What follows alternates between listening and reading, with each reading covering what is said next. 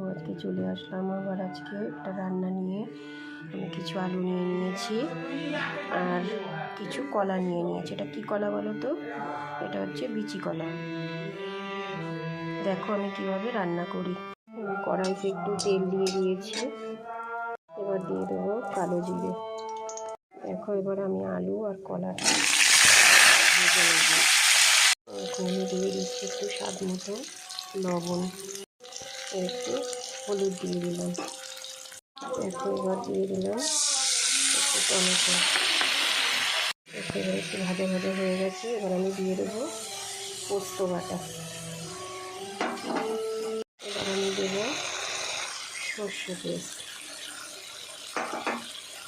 এবার আমি দিয়ে দিচ্ছি একটু চিনি। দেখো এটা কলাও গুলে গেছে, আলুও গুলে গেছে। এবার আমি লাগিয়ে দেবো।